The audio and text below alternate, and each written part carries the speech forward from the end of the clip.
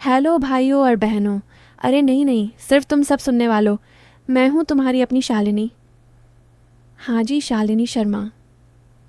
उम्र अभी अभी 23 की हुई हूँ। मतलब ताज़ा ताज़ा जवान हो गई हूँ ना। लोग कहते हैं मेरी हंसी में कुछ अलग सी मिठास है। और जब मैं दुपट्टा ठीक करती हूँ तो मेरी कमर की लाइन पर सबकी नज़र अपने आप चली जाती है। अरे बाबा, मैं तो बस अपना दुपट्टा संभालती हूँ। गलती से हाथ ज़रा सा ऊपर चला जाता है तो लोग क्या क्या सोच लेते हैं। मेरी आंखें बड़ी बड़ी हैं। मम्मी कहती हैं काजल लगाने की ज़रूरत ही नहीं, खुद ही नशीलियाँ लगती हैं। और हाँ, मेरी आवाज़ थोड़ी भारी सी है। जब मैं किसी से धीरे धीरे बात करती हूँ तो सामने वाला सुन्न सा हो जाता है। अच्छा छोड़ो ये सब। तुम लोग तो पहले ही कुछ और सोचने लग गए हो ना। हाय राम।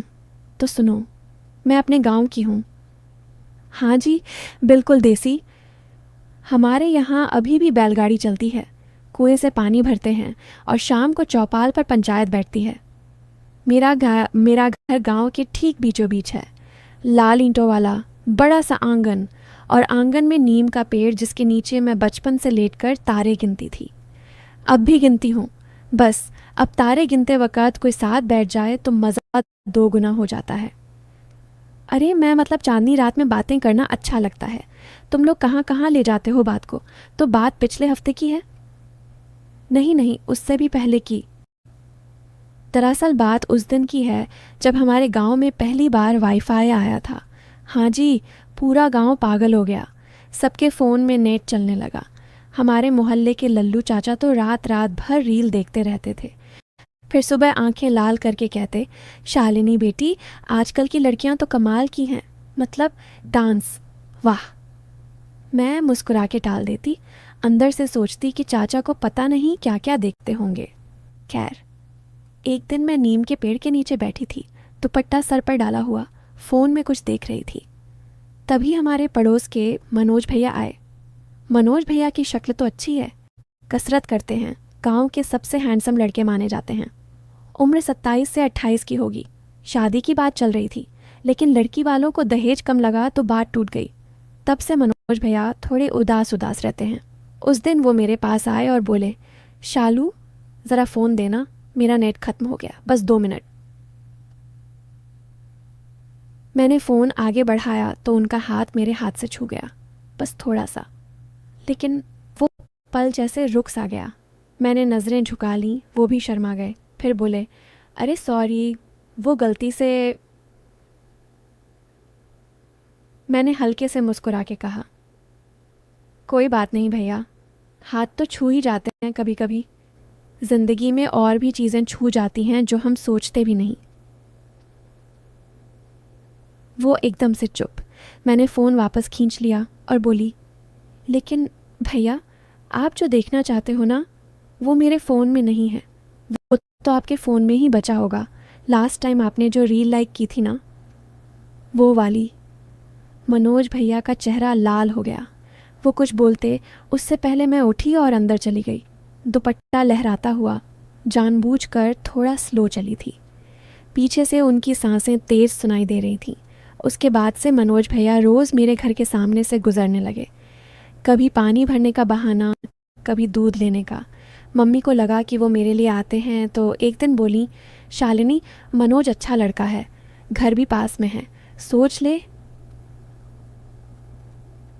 मैंने मासूमियत से कहा, मम्मी, मनोज भैया तो बस मेरे फ़ोन का नेट यूज़ करते हैं, और कुछ नहीं। मम्मी हंस पड़ी। अरे पगली, पहले भी तो नेट के बिना काम चल जाता था, अब नेट के साथ साथ दिल भी कनेक्ट हो जाता है। फिर एक दिन शाम को बिजली चली गई थी। अरे नहीं, बिजली नहीं गई थी, बल्कि पूरे गांव में जनरेटर लगाने का काम चल रहा था। उस दिन हमारे घर के बाहर रोड पर बड़ा सा जनरेटर रखा था। बहुत शोर मच रहा था। मैं छत पर कपड़े सुखाने गई थी। अचानक मनोज भैया भी छत पर आ गए। बोले, शालू, वो नीचे शोर बहुत है, ज़रा ऊपर आया हूँ, थोड़ी देर बैठूँ।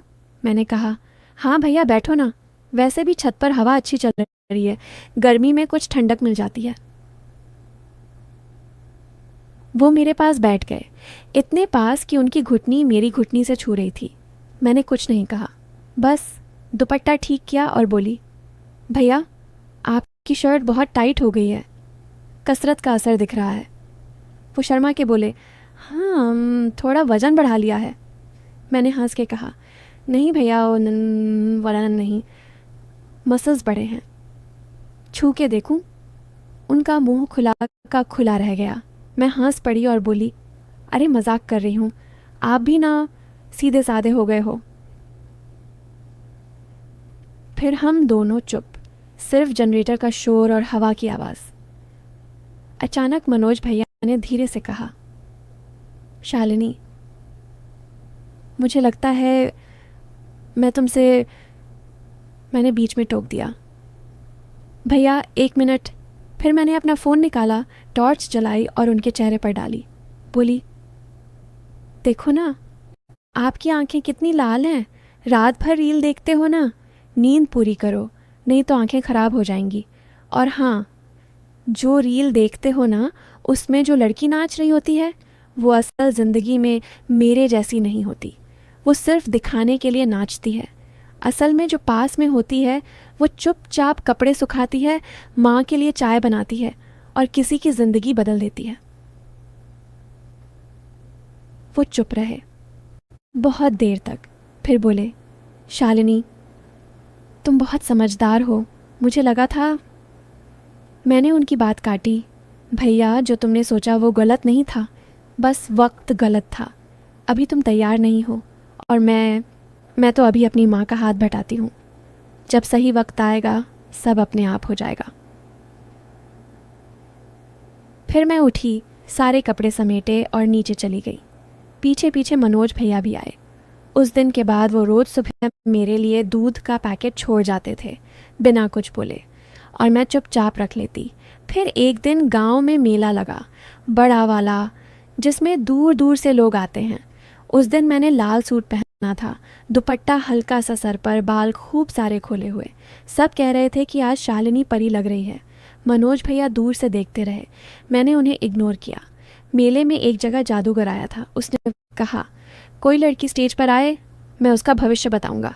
सब ने मेरा नाम पुकारा। मैं स्टेज पर चली गई। जादूगर ने मेरी हथेली देखी और बोला, ये लड़की जिससे शादी करेगी वो बहुत किस्मत वाला होगा, लेकिन उससे पहले उसे एक बड़ा सबक सीखना पड़ेगा। सारी भीड़ तालियां बजाने लगी। मनोज भैया का चेहरा सफ़ेद पड़ गया। उसके बाद से मनोज भैया ने रील देखना कम कर दिया। अब वो सुबह जल्दी उठते हैं, खेत पर जाते हैं, शाम को मंदिर चले जाते हैं।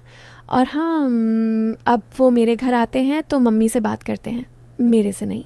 बस एक बार नज़र मिला के मुस्कुरा देते हैं। मैं भी मुस्कुरा देती हूँ।